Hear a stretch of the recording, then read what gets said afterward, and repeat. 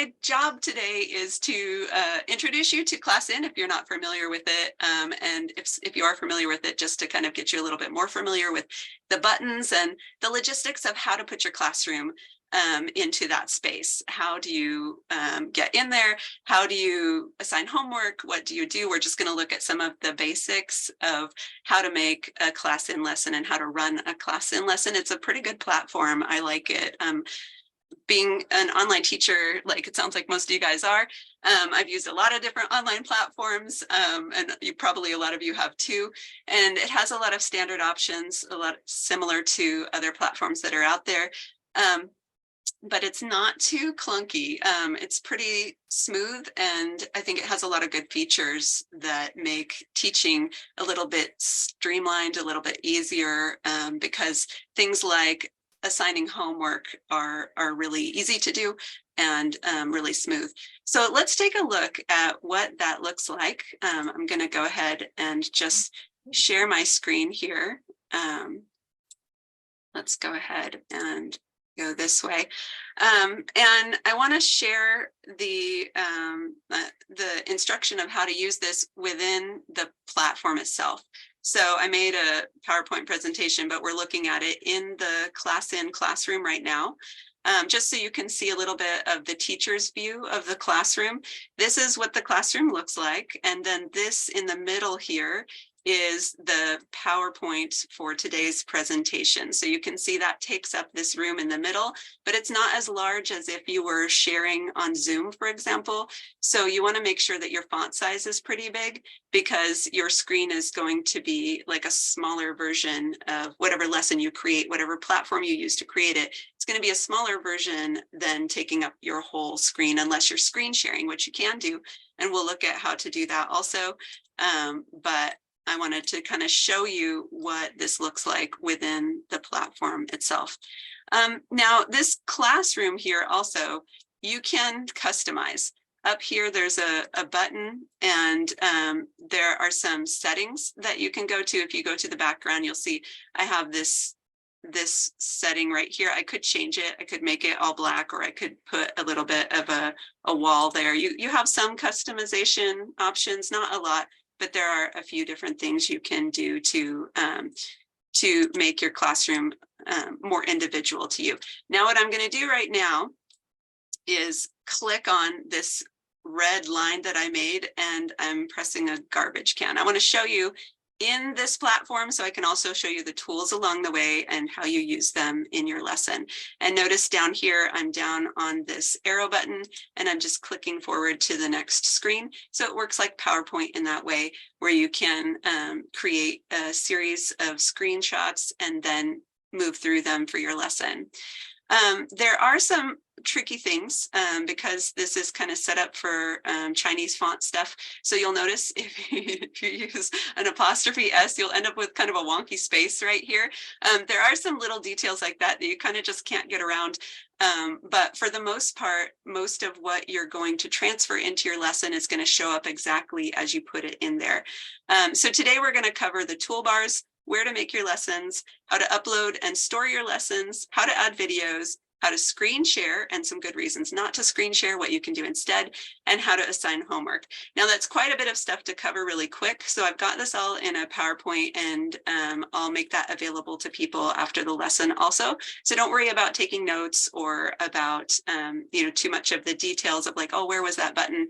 Because if you'd like, you can have access to this this PowerPoint afterwards and then see all of the details of where stuff is. So let's go ahead and get started. The first thing is the very first toolbar. This one you don't see in the classroom because we're in the classroom right now.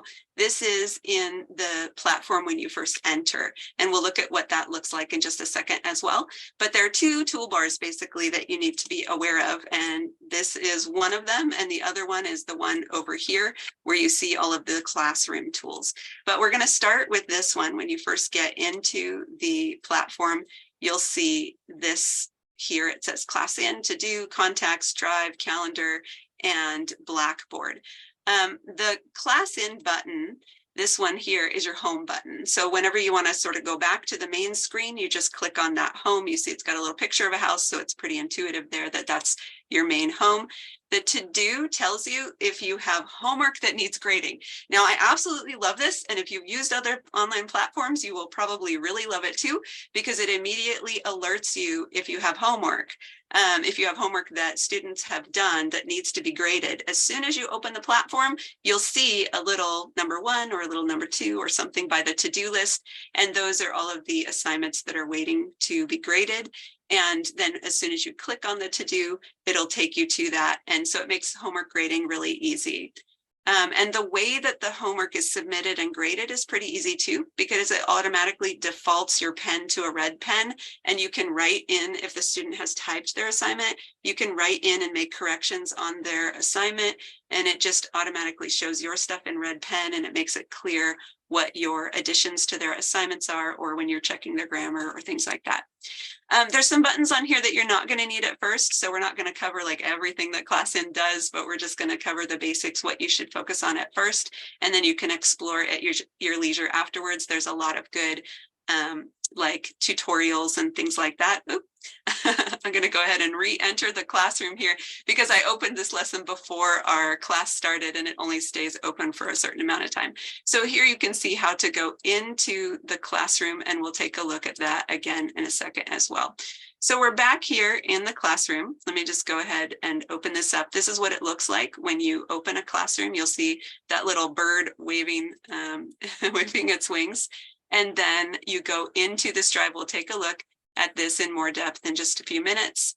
Go into the folder that you have your class, and then you open it up. And I would recommend to always expand it, because again, you are just taking up part of the screen, not the whole thing. So you want to make sure that that font is big enough for people to see. All right, so let's take a look now at these buttons. We've got that to-do button, but then we have some other buttons down here that you're not really going to need to worry about yet. Contacts. The drive is where you store your lessons. If you click on that, you'll be able to see that screen we were just looking at where I pulled my lesson up from, but I'm going to show you another way to get to that place from the classroom as well. And the calendar and the Blackboard can also be accessed through other tabs. So that's one thing that's kind of nice about this program too, is that there are multiple ways to access all the tools that you need. So you don't kind of have to exit one thing and go back in multiple times.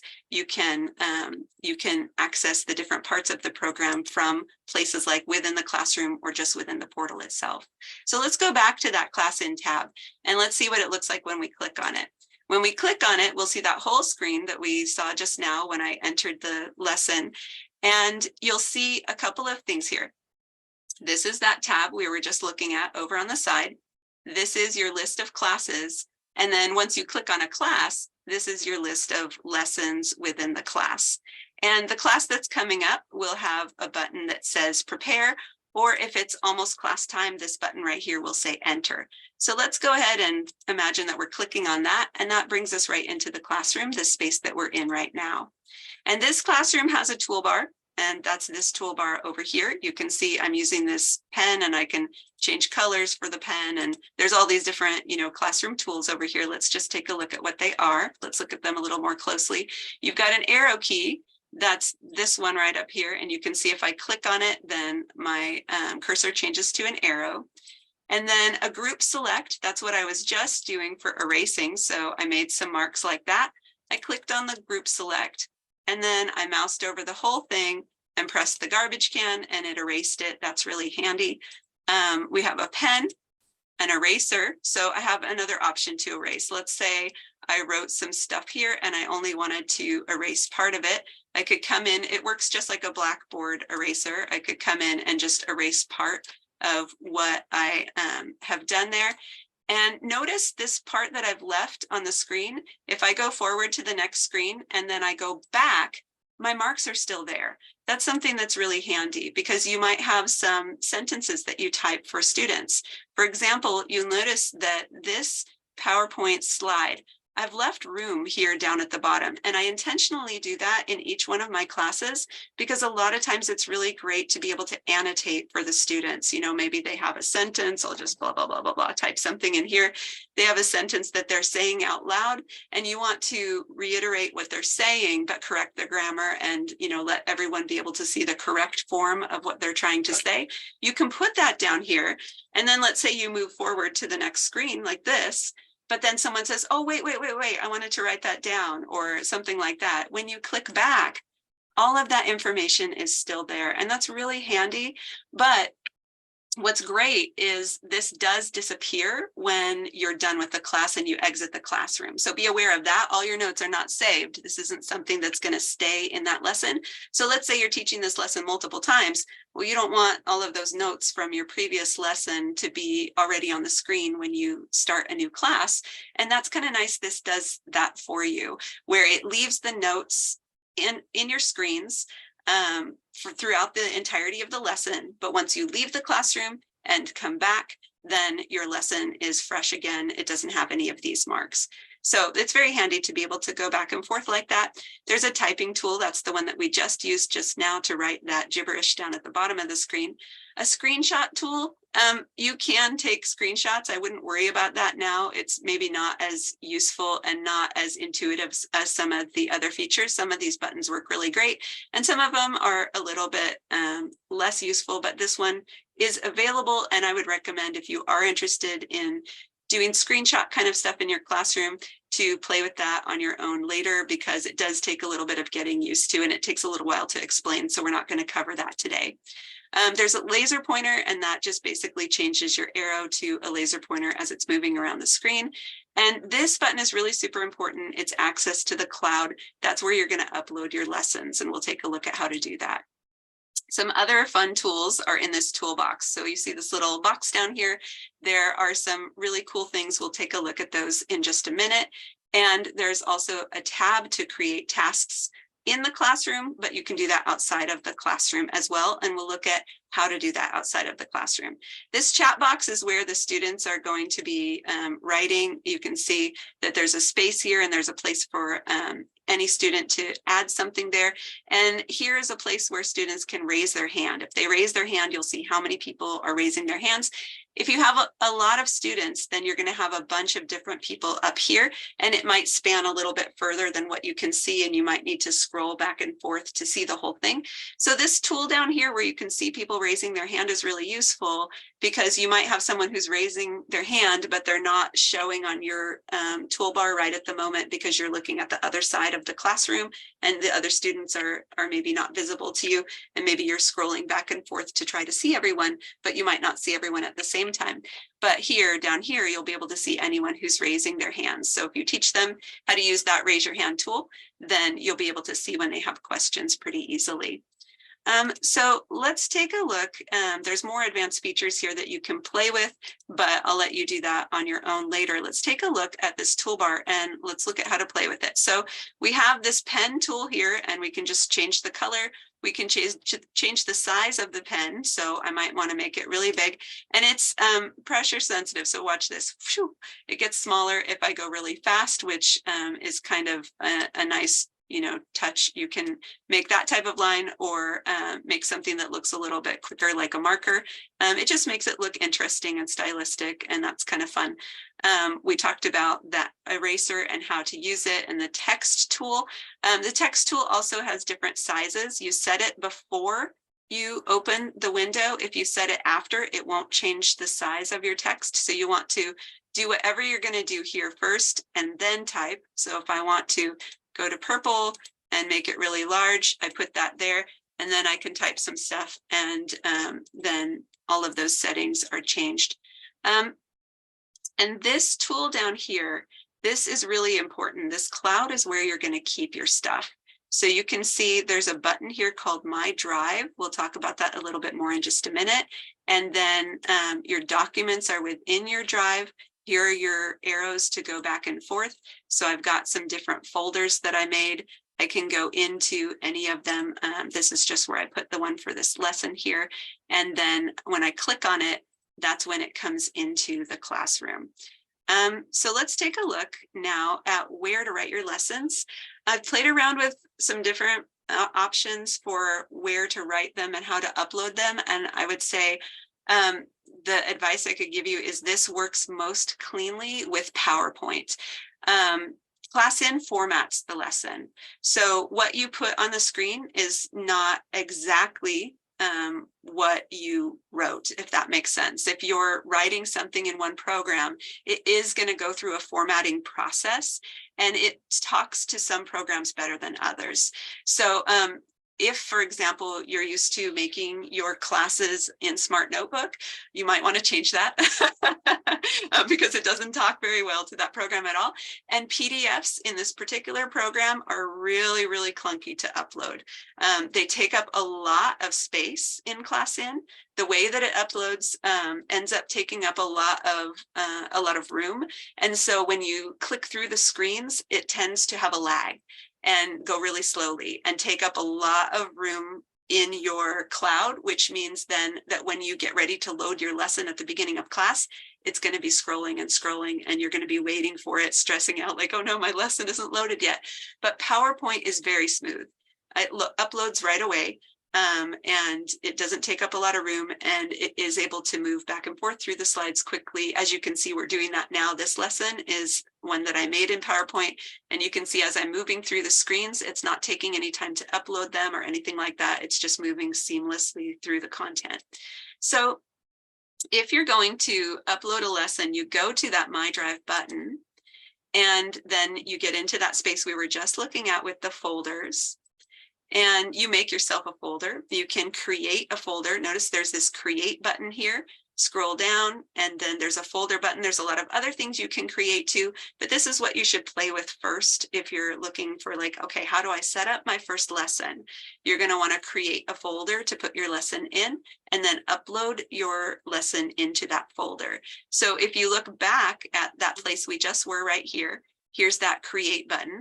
If I click on it, there's that folder button, and it gives me the option to create a folder, and I can write a folder name. So I'm just going to write, this is my folder. We'll just make a little folder here so you can see it. I push create, and then all of a sudden, here's my folder in the classroom. And when I click on it, that's when I go into the folder. Notice this one's empty because I didn't put anything in it yet, but I can just use this arrow right here to go back, and then I can upload something to put into this folder by entering the folder and then uploading. So let's look at that upload button here. It's right next to the create button. If you want to upload one of your lessons, like a PowerPoint lesson, for example, then you would upload the file. And then I wanted to just pause for a moment and say that even with PowerPoint, always, always, always click through all the screens of your lesson before you teach it. Because remember that apostrophe S that we saw with the big space there? It does go through a formatting process, and some of the font size is going to change slightly. Some of the spacing on the page is going to change slightly. And that might be like, oh, no big deal if it changes slightly. It's going to be basically the same, right?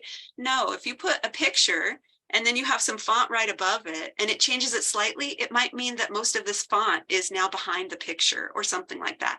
So you definitely do need to go through your lesson inside, like we're doing now in the classroom. Go through your lesson slide by slide and just look and make sure everything's okay. Once you get used to how it changes the lessons, then you probably won't have that much editing to do, because you'll be noticing, oh, that's right, if I put font right above a picture, I actually need to leave more of a gap than what I'm used to make sure that those two don't overlap. But there will be some things that it consistently does like that if you don't check your lesson first, you'll be unpleasantly surprised in the classroom with the students. You don't want that to happen. So just be sure that you're always clicking through all the slides of your lesson first, and then you can edit it in PowerPoint and then delete it from ClassIn and put it back in. So that's what I always do with my lessons. I upload them to ClassIn first, click through all of the slides, make sure everything's okay. Usually there's 1 or 2 modifications that I need to make. I go back to the PowerPoint, make those modifications, then I delete the class from ClassIn, upload it again with the modifications, and look through it again to make sure it's all okay. And then I leave it in that cloud so that it's ready for class. So let's take a look at how we get ready for a class.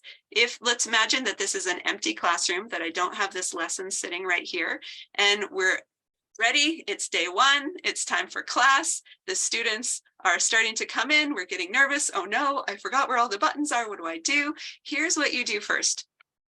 This cloud is where you're going to start. Once you get into the classroom, you start in this drive, you open it, you find your lesson. So I'm going to go back to a different lesson now. I'll just go to a class right here. We'll just pick a random one.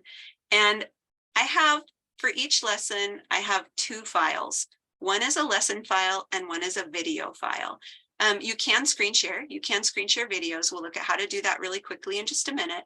But I recommend actually uploading the video separately because it just works really smoothly. The screen sharing function is a little bit funky because you're going to see yourself twice. If you've ever used any of those screen shares where you see yourself in the platform and then you also see yourself on the screen, it works that way, where you'll see yourself and then you'll see your shared self and the students too. And it gets a little bit weird that way because sometimes that might cover up the content that you're trying to cover.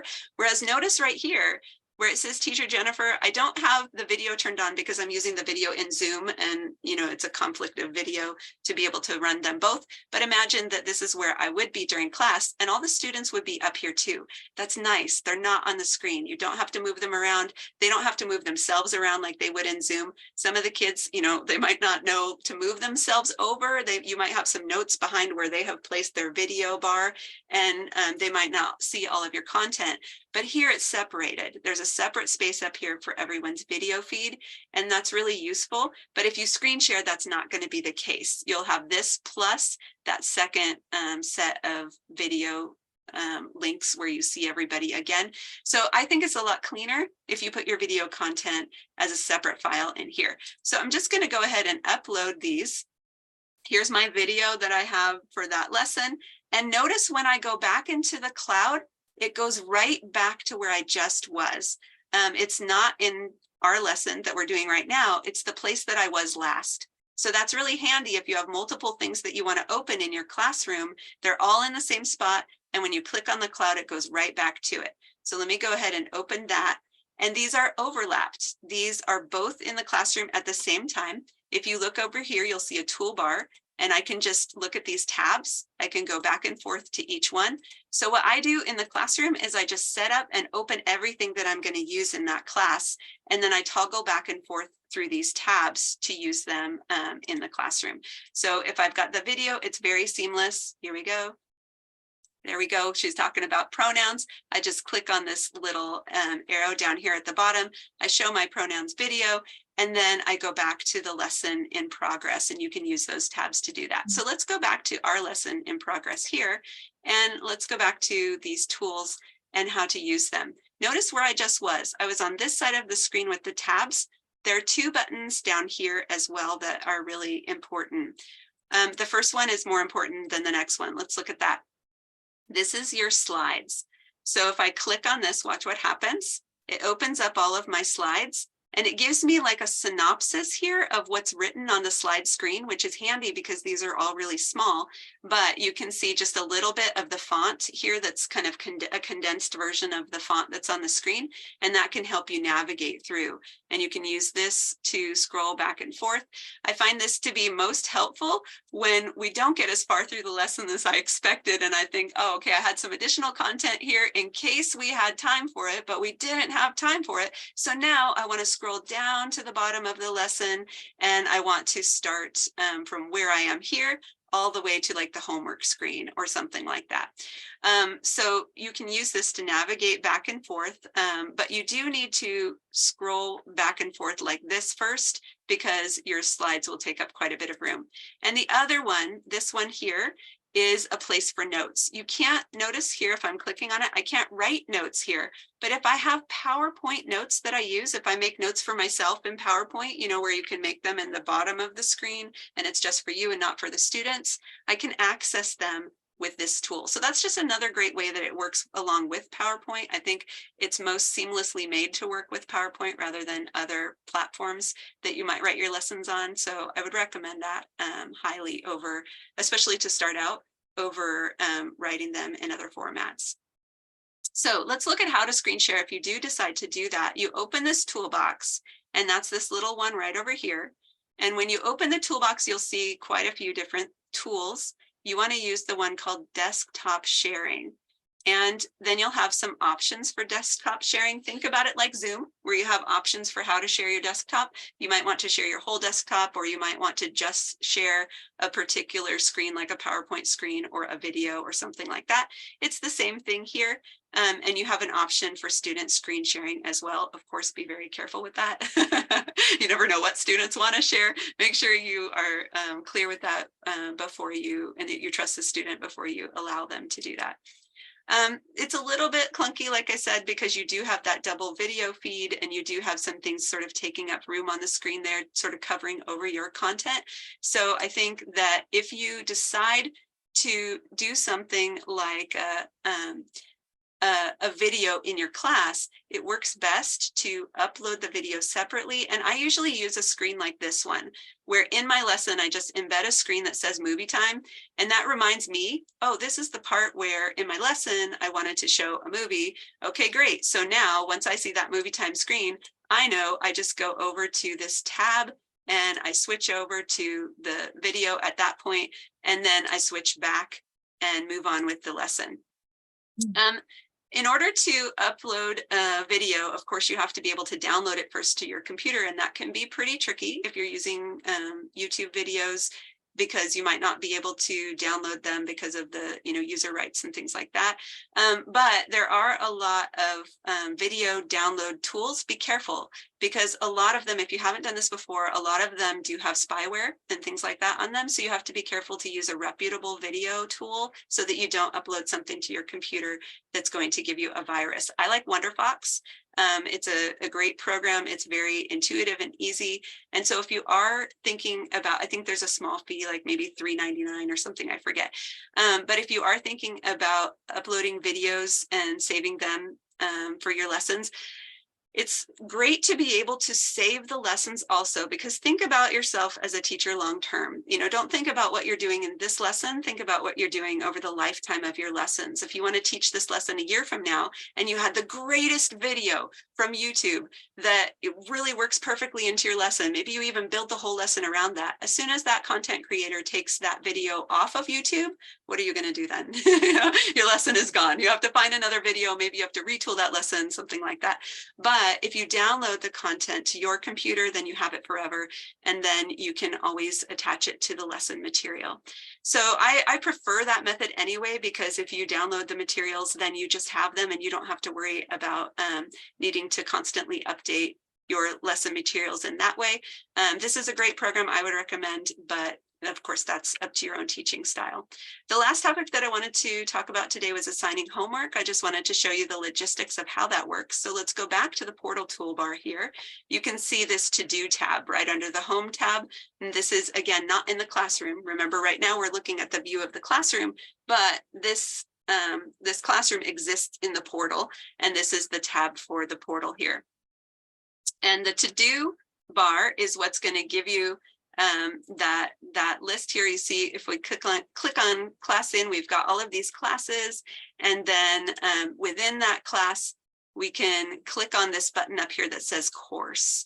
This is where you go if you want to assign homework, the course button up on top. So this is a pretty important one to know about, that once you go to the home screen, you click on course, and then you want to create a homework assignment. The homework assignments here are called tasks.